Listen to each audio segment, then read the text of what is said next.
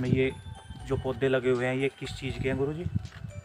ये सिंह ऋषि थे, जी तो ये तालाब के लिए वरदान देके गए थे जी कि जो भी इंसान आएगा जी तो इसमें दूध छोड़ेगा, उतना ही जल लेके जाएगा। जी शरीर के अंदर कोई चर्म जी रोग हो, जी कोई चर्म रोग होगा, उसमें तेरा जल फायदा करेगा। जी। कितने दिन नहाने के बाद?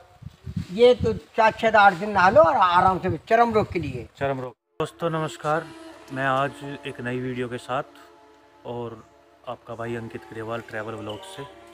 और दोस्तों मैं आया हूँ आज श्री श्रृंग ऋषि आश्रम बड़ला, परीक्षितगढ़, मेरठ। और मैं आपको दिखाऊंगा यहाँ जो कलयुग की शुरुआत यहाँ से ही हुई थी और जो श्रृंग ऋषि थे वो यहाँ तपस्या करते थे। और ये सामने जो तालाब आप देख रहे हो, इसकी मान्यता है कि जो कोई व्यक्ति किसी मतलब कुष्ठ रोग से ग्रसित है, अगर वो यहाँ 7 दिन लगातार स्नान करे तो उसकी जो है वो रोग ख़त्म हो सकता है। ज़्यादातर हो ही जाता है ऐसा बोलते हैं। और मैं अभी यहाँ जानकारी लूँगा महाराज जी की और आपको दिखाऊंगा। आगे चलते हैं दोस्तों। और ये कमल के पेड़ है, देखो आपको दिखाई दे रहे होंगे सामने। होली पे ये खिल जाएंगे यहाँ पे कमल। और देखो बहुत ये। और दोस्तों द्वापर युग के बाद कलयुग का आरंभ भी यहीं से हुआ है। श्रीमद् भगवत कथा भी यहीं से आरंभ होती है। यहाँ पर रामायण कालीन ऐतिहासिक आश्रमों के अवशेष तथा महाभारत कालीन ऐतिहासिक धरोहर आज भी अपनी कथा दोहराती है, जो खुद एक प्रमाण है और अद्भुत है।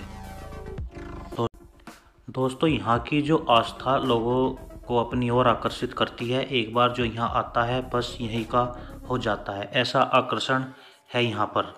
और जो सामने जो है वो आश्रम है और श्रृंग ऋषि आश्रम। और ये जो अभी मैं दिखाऊंगा आपको बराबर में जो कुटिया बनी हुई है। और ये सामने जो पेड़ हैं ये भी महाभारत कालीन बताए जाते हैं दोस्तों। और ये जो है आपस में जुड़े हुए हैं सारे पेड़, जहाँ शाखाएं जो निकल रही हैं वो पेड़ों से आपस में जुड़ी हुई हैं।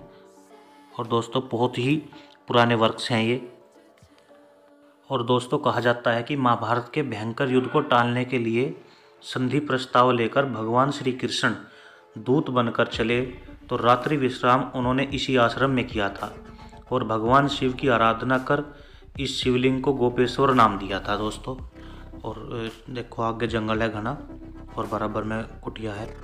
दोस्तों कहा जाता है कि युधिष्ठिर जी ने यहीं जो है श्यामा तालाब का निर्माण भी कराया था।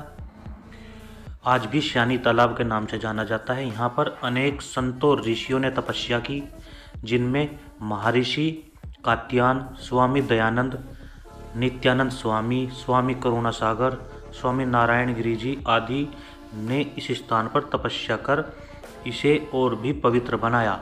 आज भी अनुयायी यहाँ आते रहते हैं। कहा जाता है कि एक राजा शिकार खेलते हुए परीक्षितगढ़ आ पहुँचे। प्यास से व्याकुल राजा ने तपस्या में लीन ऋषि से पानी मांगा। उत्तर न मिलने पर रुष्ट राजा ने उनके गले में मर्त सर्प डाल दिया। और पास में कौशिकी नदी में स्नान कर रहे उनके पुत्र श्रृंगी को जब ज्ञात हुआ तो उन्होंने बिना सोचे समझे तक्षक नाग द्वारा राजा को डसने का श्राप दे दिया, जो सत्य हुआ। 7 दिन बाद कड़ा पहरा लगाने के बाद भी राजा परीक्षित की मृत्यु तक्षक नाग के डसने से हुई। कौशिकी नदी के अवशेष और श्रमिक ऋषि और श्रृंग ऋषि की समाधि आज भी यहाँ स्थित है। वहीं प्राचीन गुफा के अवशेष जो गुफा हस्तिनापुर गंधार को जोड़ती है यहाँ मौजूद है दोस्तों कौरवों की माता गांधारी ने इसको अति पवित्र मानकर इस सरोवर को पक्का बनवाकर अनेक तीर्थों का जल इसमें डलवाया और हस्तिनापुर से यहाँ तक गुफा का निर्माण कराया।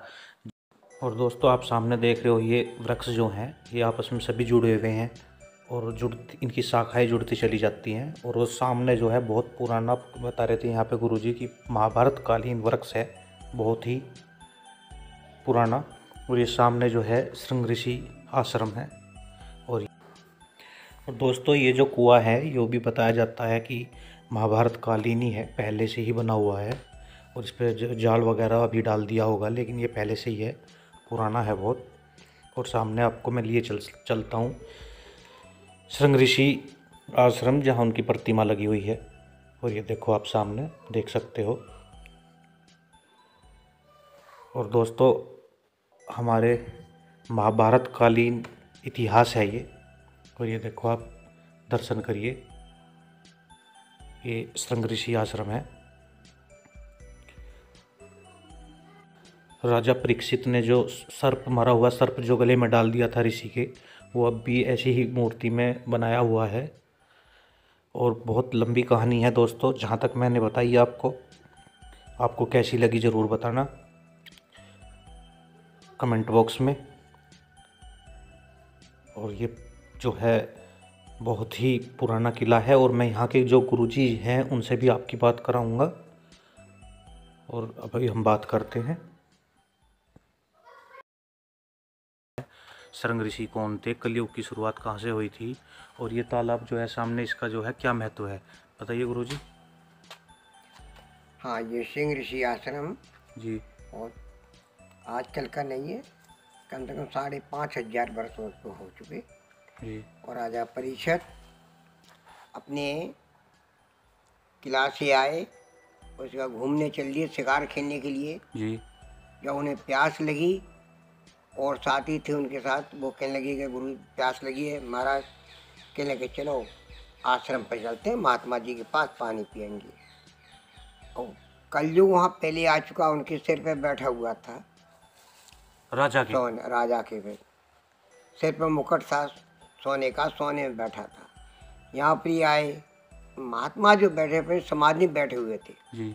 समाधि बैठे तो उनको ये पता नहीं था हमारे यहाँ कौन आ गया कौन चला गया। जब उन्होंने कही महाराज हमें प्यास लगी है, राजा कहते महाराज हमें प्यास लगी है। महात्मा अपनी समाधि में बैठे हुए थे। जी। महात्मा को कोई पता नहीं उन्होंने क्या काम करा। कहने लगे ये महात्मा कुछ नहीं है, क्यों कलयुग सिर पे बैठा हुआ है। तो कलयुग की शुरुआत थी तब। हाँ, कलयुग की शुरुआत थी। तब उन्होंने फिर ये महात्मा नहीं है, ढोंगी है और ये घमंडी है, मैं राजा हूँ, मेरा अपमान करता है, मुझे पानी नहीं पिलाया, ये करके। तो उसने इधर उधर नज़र फैला के देखा तो मरा हुआ सरप पड़ा था। वो सरप उठा के सिंह ऋषि के पिताजी के गले में डाल दिया और डाल के वहाँ से चला दिया। वहाँ से एक लड़का, सिंह ऋषि गंगा जी नहा रहे थे, एक लड़का देख रहा था। उन्होंने कहा कि तुम्हारे पिताजी गले में सरप डाल दिया किसी ने। उन्होंने वहीं से उठा के उसको श्राप दे दिया कि यही सरप तुझे 8वें दिन काटेगा। वो काटने के बाद में महात्मा की समाधि खुली तो गले में सरप उतार को एक तरफ रख दिया। जी। तो उनके सिंह ऋषि लड़का आ गए। उन्होंने कहा कि ये कैसे? कहने कि जिसने तुम्हारे गले में सरप डाला है मैंने उसको श्राप दे दिया, यही सरप 8वें दिन काटेगा। अब ज्ञान के द्वारा उन्होंने देखा कि राजा परीक्षित था। जी। तो उसने कहा कि तुमने बहुत गलत काम करा, ये राजा तो बहुत अच्छा था, तुमने श्राप बहुत गलत दे दिया ऐसे। कहने पिताजी ये जो होना था वो तो हो गया। फिर महात्मा यहाँ से किला के लिए गए। जी। उधर घूम के राजा भी अपने घर पे पहुँचे। उन्होंने जाके मुकुट उतारा, तब उनको होश आया कि ये मैंने क्या कह दिया, सरप ऋषि के गले में डाल दिया, बहुत बड़ा अपराध हुआ। इधर से महात्मा पहुँच गए, तब उनकी बातचीत हुई। कहने लगे बच्चे से ये गलती हुई है कि इसका उपाय। उन्होंने फिर और 2-4 ज्ञानी बैठ के उन्होंने सीधा कहा कि अब तुम शुक्र ताल पे जाओ सुखदेव मुनि के यहाँ, वहाँ जाके कथा सुनो, और कथा सुनोगे तब जाके ये तुम्हारा दोष मुक्त होगे। हाँ, तब ये दोस्ती खत्म हो जी। वहाँ से फिर शुक्र ताल गए, वहाँ जाके उन्होंने कथा सुनी सुखदेव ऋषि से। तो राजा के नाम पे ही इस जगह का नाम पड़ा। हाँ, राजा के इलाके में था ना। ये पूरा क्षेत्र राजा किला तो बहुत बड़ा था, ये तो बहुत बड़े इलाका, ये सब गांव अच्छा, बाद में बसे। ये जो पेड़ है ये भी पुराना महाभारत काल ही नहीं होगा? ये महाभारत का तो नहीं है, क्यों इतनी उम्र नहीं हो सकती किसी। तो ये आपस में जुड़े हुए क्यों हैं? सारे जुड़ रहे आपस में। ऐसा होता है कि ये जो पेड़ होता है ना, बड़ होता है, इसकी टंकी ऊपर से नीचे छूटती है, वो जमीन में चली जाती है, वो पेड़ बन जाता है जी। आगे जड़ के फिर जड़ छूटेगी, वो जमीन में जाए फिर पेड़ बन जाएगा। तो ये अपनी ताकत जमीन से ले लेता है जी और कोई पेड़ ऐसा नहीं है जो अपनी जटा छोड़ के और जड़ ले। जी। अगर किसी की भैंस अगर दूध देती है नहीं देती है, जी। बच्चा परेशान है, कोई बात है, जी वो जल ले जाके भैंस के ऊपर छींटा मार दो, भैंस दूध देगी, जी। बच्चा ठीक हो जाएगा, कोई दिक्कत नहीं होती है। इसमें दूध छोड़ना उतना ही जल ले जाना पड़ता है। अच्छा, उतना ही दूध, हाँ उतना ही जल। हाँ, उतने ही जल ले जाओ, वहाँ जाके भैंस के ऊपर छींटा मार दो 2-4 दिन, उसी जल से बिल्कुल कोई कैसी भैंस सही, कोई परेशानी से सब परेशानी सब ठीक हो जाती है, कोई परेशानी नहीं रहती। और ये जो पेड़ है ये कमल के हैं? ये कमल के पेड़ हैं, ये तो होली बाद चेतन हो जाएंगे और ये खिलेंगे, गर्मी गर्मी पूरे रहते हैं, जब बरसात होती है फिर ये अपने आप ही डाउन हो जाते हैं। जी धन्यवाद जी। दोस्तों मैं चलता हूँ, और आज जानकारी कैसी लगी आपको बताना, और चैनल को सब्सक्राइब करना, लाइक करना, वीडियो को शेयर करना, और आगे मैं ऐसी वीडियो बनाता रहूँ। दोस्तों वीडियो को पूरी देखना। धन्यवाद।